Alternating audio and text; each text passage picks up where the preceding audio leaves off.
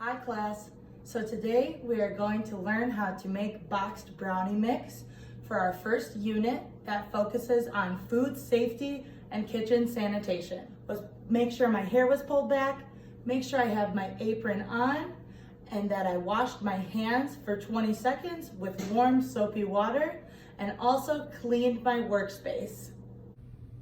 So the first thing you want to do is to preheat your oven. Here's how to do it. Press bake, set your oven to whatever your recipe says. Mine says 325. So just put it like that and then press bake one more time. Then you can see that the oven is on and the preheat is also on.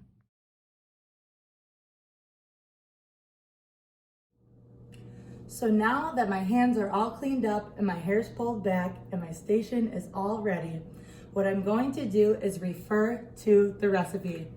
Now, I've already preheated my oven to 325 like it says right on the recipe.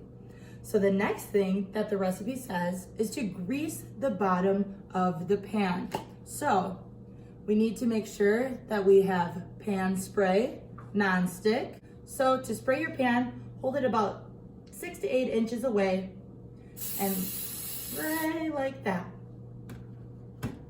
If you're at home, I recommend opening up your dishwasher if you have one, or putting the pan close to the sink so stuff doesn't spray all over. And you just want to lightly coat them. So this is what your pan will look like. Now that we have our pans coated and ready for the brownie batter, we're going to follow the next step of the recipe. It says, step 2, stir amounts of brownie mix, water, oil, and eggs for each pan size listed above. So we have this pan size, and the recipe that we are following has 1 pouch of brownie mix. So I will cut that off. I just have some scissors. We're gonna pour it right into the bowl. Make sure we clean as you go, so go ahead and throw this away now.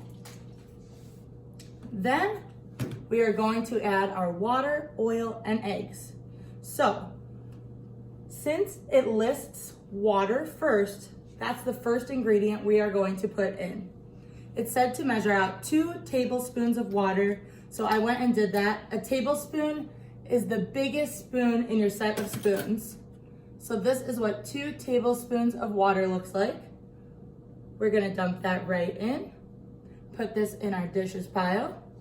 Now we're gonna move on to our oil.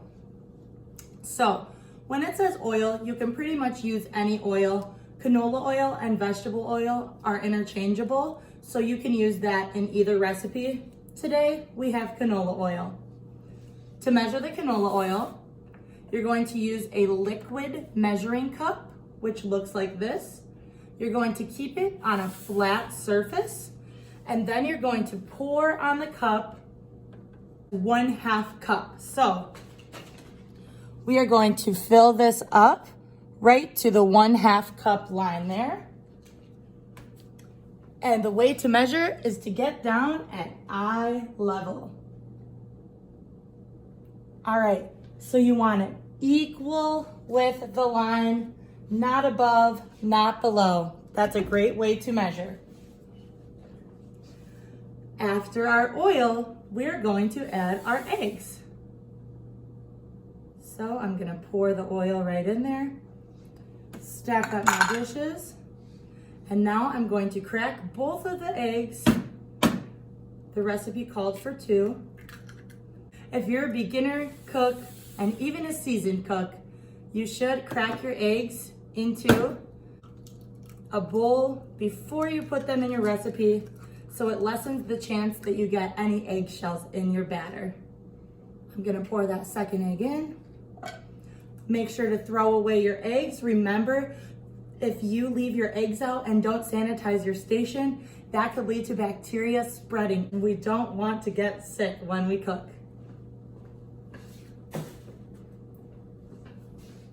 Now that I've cleared my workspace, I'm gonna start mixing. I like to use a wooden spoon. I pop my egg yolks and I mix around the bowl until it's well mixed.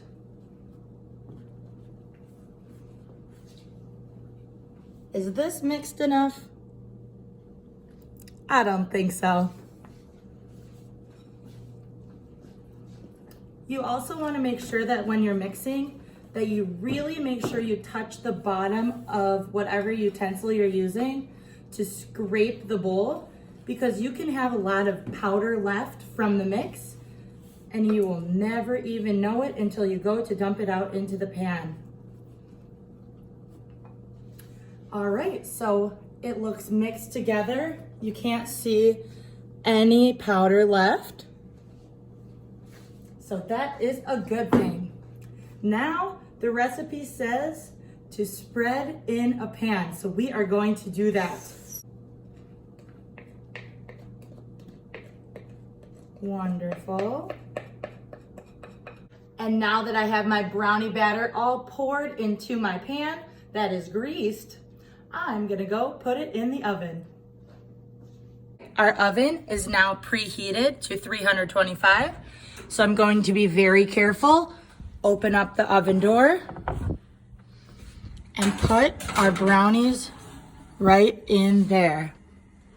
Close up the oven door and you're going to set a timer. So we are using an 8x8 pan and the bake time says 47 to 50 minutes.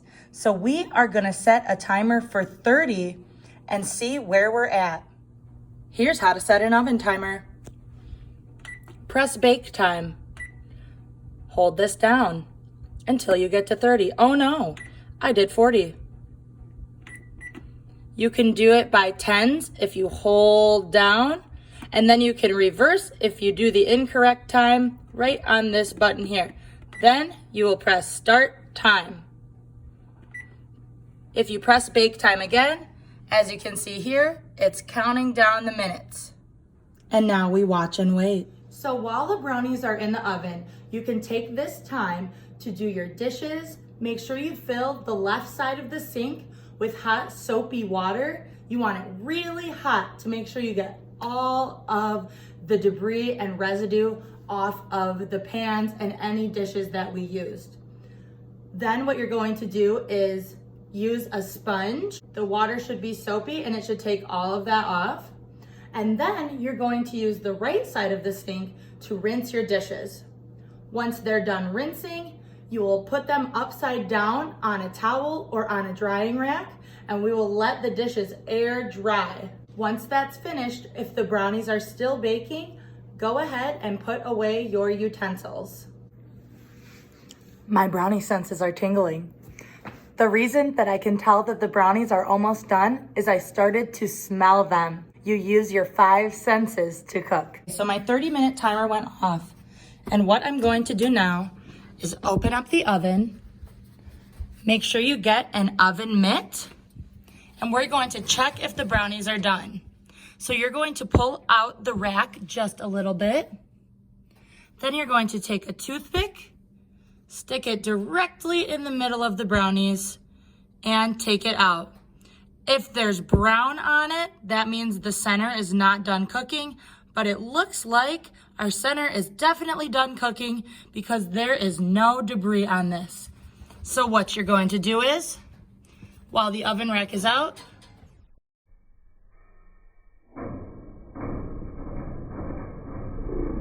carefully take this and put it on top of the stovetop. Push back in your oven rack. And then make sure you turn off your oven.